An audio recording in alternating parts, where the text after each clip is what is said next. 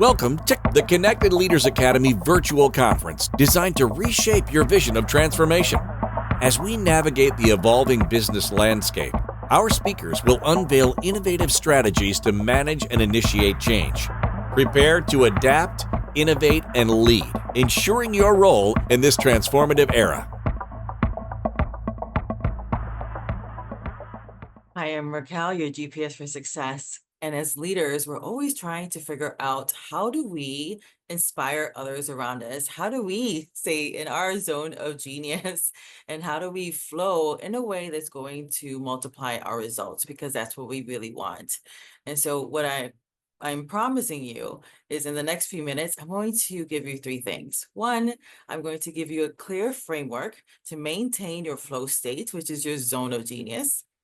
Secondly, I'm going to give you proven strategies to multiply your leadership impact. And lastly, I'm going to help you have a renewed confidence so that way you can make decisive moves and inspire others. So I wanted to start with one of the things. And everything we're going to be talking about today is actually foundational, and you're going to see how it weaves all together. But the very first thing I want to start off with is that everything you want is in the gift of someone else. So it's so important to keep that in mind, because that is really the secret sauce to everything that you want. Everyone has something to contribute. Everyone has a gifting, has a talent. And actually, everybody is motivated, and maybe not motivated the way you are, which we'll touch upon. When I was working in corporate, my last corporate job, I worked for a PR company. It was the largest independent PR company in the world. And in that time, and this is how I learned the lessons, and this is the part about wisdom, is that we want to learn from other people's mistakes so that way we don't go into the pitfalls. I was working my job, I loved it, and then there were a couple of staff members who decided that they were going to be frenemies, and they actually tried to get me fired. Because I had already a good reputation of my leadership, I was actually pulled into a meeting and with my boss and HR and attorneys because they were running a story about me in their heads that just was not accurate.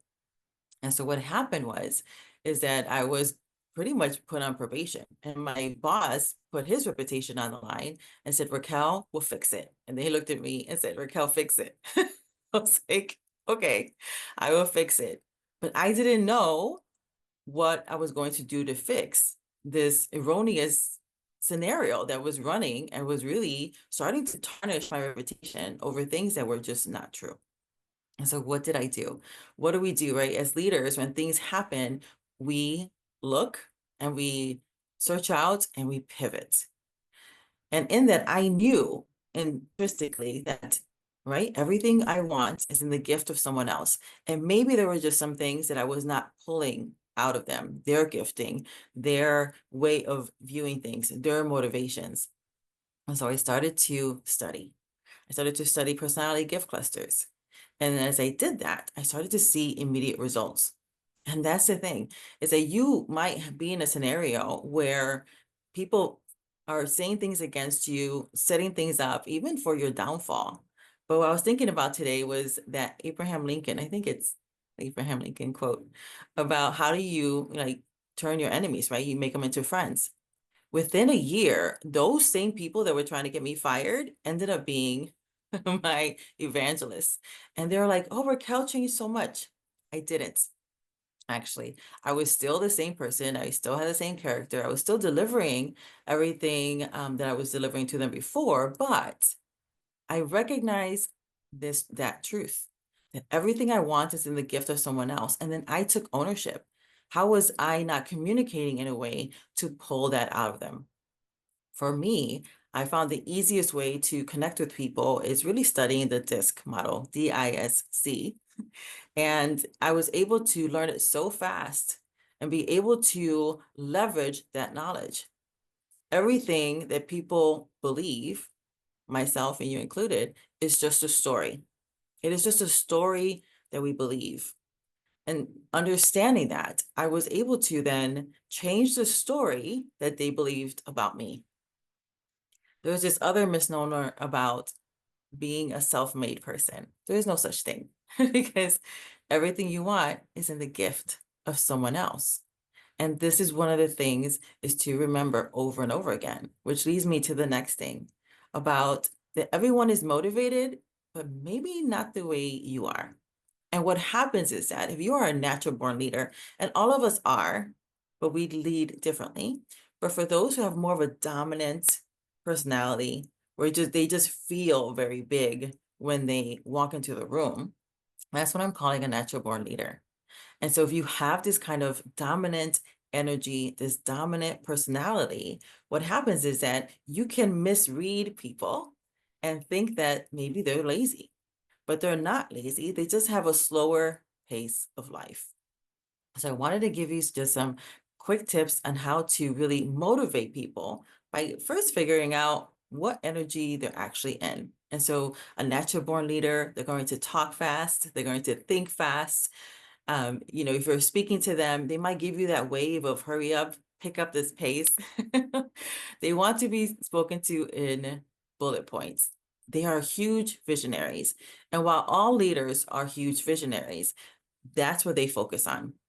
If you start to speak to them in the details, they can get irritated because they don't want to go into the weeds, at least not until they're ready to. So it's something to keep in mind when you are communicating with a natural born leader. And then there are those that I call the influencers. And you might know them, generally speaking, they're generally speaking. And they're the life of the party. They're the person that you want to bring into a party, but you're not going to ask them to bring anything because they'll forget. You're like, bring napkins, bring some soda, bring some plasticware, things that are not going to hurt your party because, they go into what we call squirrel mode. They like shiny objects. Their clothes are usually very colorful, but they're very creative, very innovative. And again, not that we don't all have these traits, but it just depends on the situation, how we're naturally wired to succeed. And if you're naturally wired to succeed leading with that influencer energy, then those are things as well. They love to tell a story. They love to listen to a story. So again, going back to the first thing of everything you want is in the gift of someone else. If you are not that kind of energy, if you want to connect with that kind of person, you want to tell them stories. And you also want to make sure that you're not giving them a lot of details either, because they are people.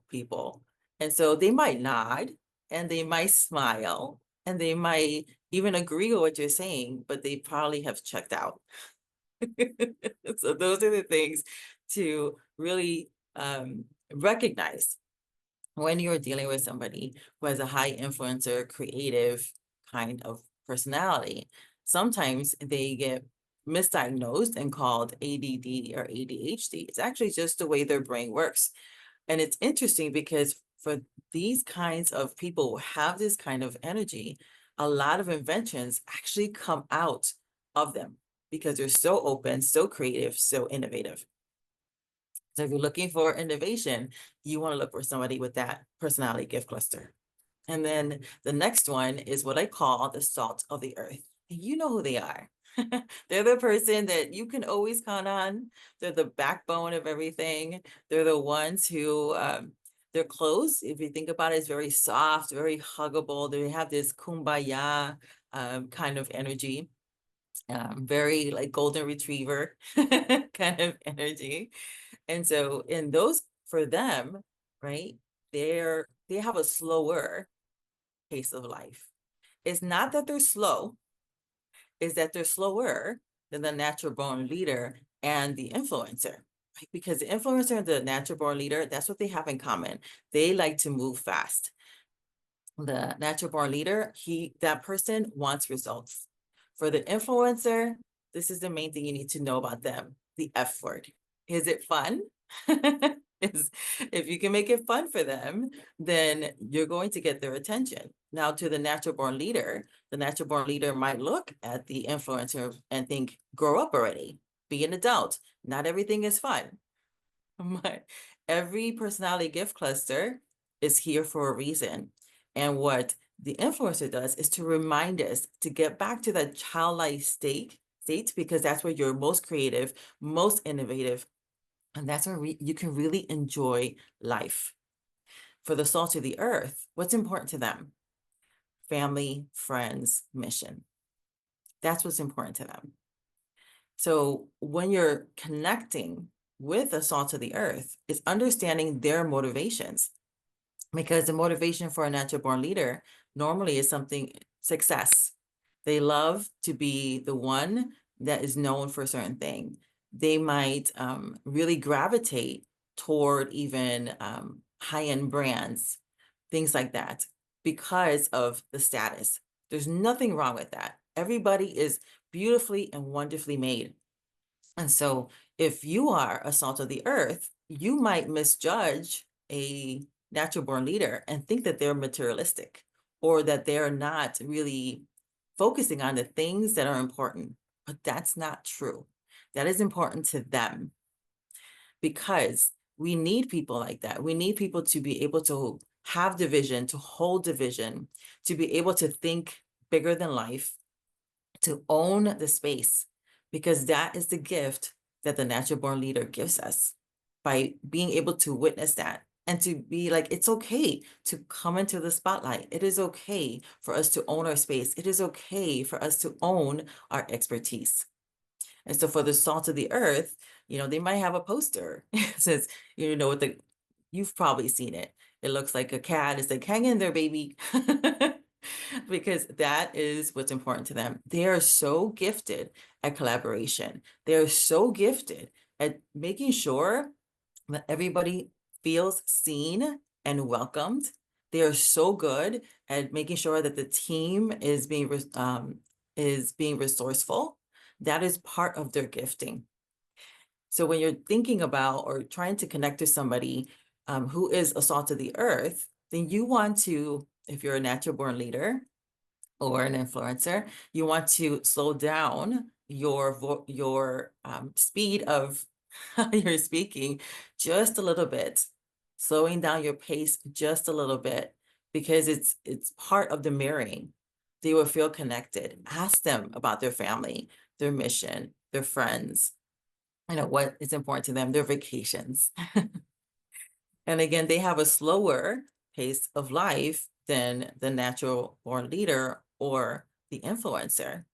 And so understanding that, even in some of the things that they do for working. So if you're used to doing some things really, really fast, and then you have somebody on your team who is slower than you, they're not less intelligent. It's not like they're not taking it seriously, but they are highly resourceful and they want to do it well. So they're going to go slower.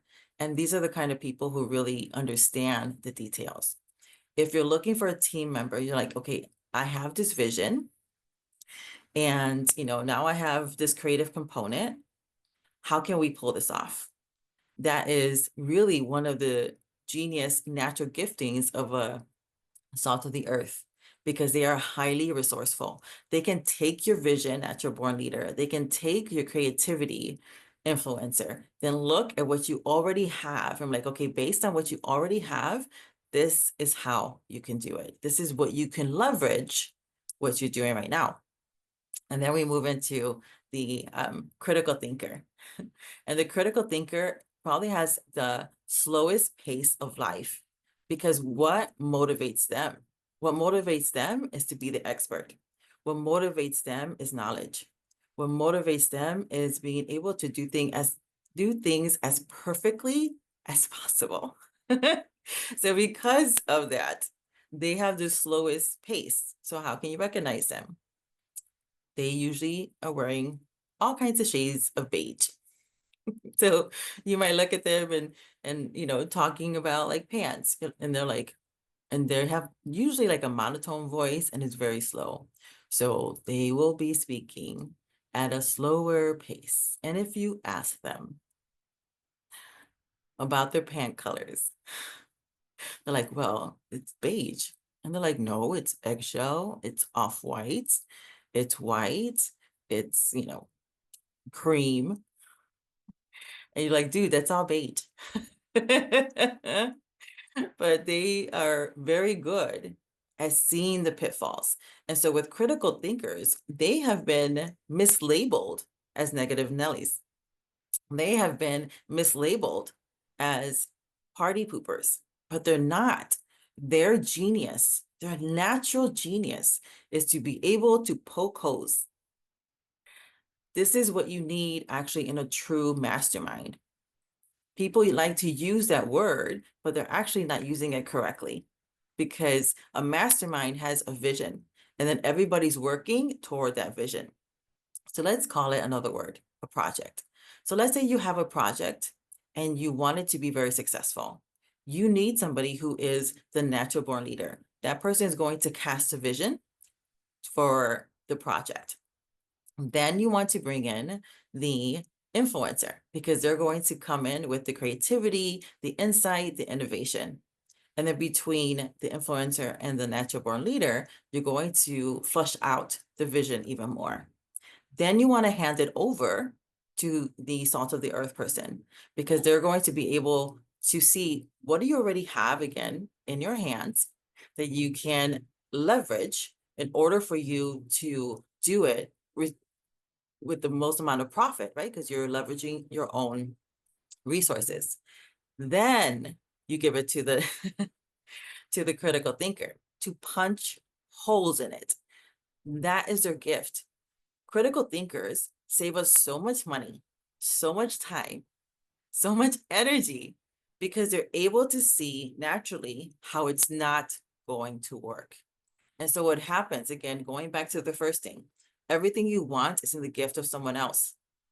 So if you're working on a project and you prematurely give it to the critical thinker, somebody like the influencer, because they're a people person, might feel offended or might feel hurt that their idea seems to have so many holes in it that then they might get deflated, like it can't happen.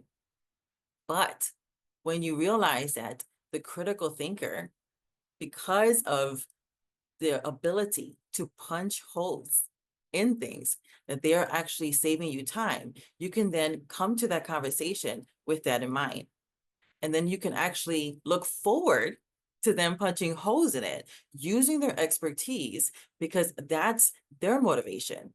I mean, once you hand it over to a critical thinker and you're an expert, punch holes in it. They're like rolling up their sleeves, like, yes, I am punching holes. I'm gonna punch holes in this baby. And then you're like, oh, thank you. Let me consider everything that you've given to me. They, again, have the slowest pace of life. And so because their pace is slower than all the other personality gift clusters, it will take them some time. So if you need to have it at a certain timetable, you want to make sure to keep that in mind, because of their natural clock is to go slower, because expertise and perfection, and to make sure that the data is good, is going to take them a little while. Then you want to make sure to give them that timetable and to give them plenty of time in order for them to do that for you. It's very close to the salt of the earth, that kumbaya person who's the team person. They also, again, have that slower pace of life, and they don't like change. They're like the guardians. And even though we're leaders and we know that we need to pivot, if that is the way you are wired to succeed, there is nothing wrong with you. There's nothing wrong with you. That's the way you're wired. And so you can honor that. If you have somebody that you're working with that is in that personality gift cluster, then what I have found with my clients and with working in corporate, that for some reason, 3 weeks for a major change is the sweet spot. If you're going to have a big change in the life of the company, in the life of your company, and if you're using this for even in your family, there's going to be a big change. Give them, we can't always do that because life happens. But for the most part, if you can keep that in mind, their sweet spot of being able to manage the change is about 3 weeks. My daughter, I have 3 kids, and my daughter's the oldest. that's one of her primary personality gift clusters. And so I found that that it works with her too. So these things work in all areas of her life. You can transmute this everywhere because, again, everything you want is in the gift of someone else. And when we're having major changes of either moving or something else like that, some other family things that would come up, I started to use this with her and allow her the space to hem and to haul and to kind of discuss and be not really buying into the change because, again, salt of the earth is the guardian. So the salt of the earth needs time. So as much as possible, just give them the gift of time and don't expect them, if you're a natural born leader or an influencer, to just pivot automatically. That's one of the things that I had to learn because now we're all 4 of them. It just depends on the situation and our natural inclination. But in our neutral state, we're going to be like 2 of them. For me in my neutral state, I am a double people person. So I'm a salt of the earth and influencer. But when I'm working, I'm a task animal, which means that I'm a critical thinker, dominant personality. And so I can either, right? I can do the team or I can work by myself. And that's the other thing as well. It's understanding the way people work. For those who are the people, which is the influencer and the salt of the earth, they are externally motivated. That is really important for people to understand if you have a dominant personality or a critical thinker, because the dominant person and the critical thinker, what they have in common is that you can put them in a silo and they can just focus and work. They can use the gift of your will. And so they can just will things because they're naturally wired to succeed that way. So, but they're internally motivated. So if you are internally motivated, you might look at somebody else who's not. They need that people interaction. It actually makes them thrive. So keeping that in mind, again, looking at the way people are wired and honoring that wiring. If you are somebody who is externally motivated, right, you might think that somebody else is not fun or like they don't, they're taking things too seriously, but that's just how they're wired to succeed. That's how you can connect and make the impact because you're watching how other people are designed and then honoring that. So how do you stay in your flow state and maintain it? The first thing is to know yourself, right? In the good book, it says for us to love our neighbors. Yes, but the rest of that is as you love yourself. So how can you really create this impact if you don't know yourself? And lastly, it's around your thoughts. Emotions don't create actions, your thoughts do. Actions are rooted in thoughts. And everything you believe is just a story, just like when I began. Those stories that my staff members had was just a story. They misread me. But once I was able to recognize their genius, the way they were wired to succeed, then I was able to bring that out of them. And they became my evangelists. They became my cheerleaders in a matter of a couple of months. It works really fast. It works really fast. So I know that this has blessed you and you've gotten some aha moments. I'm so happy that I was able to be here with you today. Until next time, may God's richest and best be yours. Bye for now.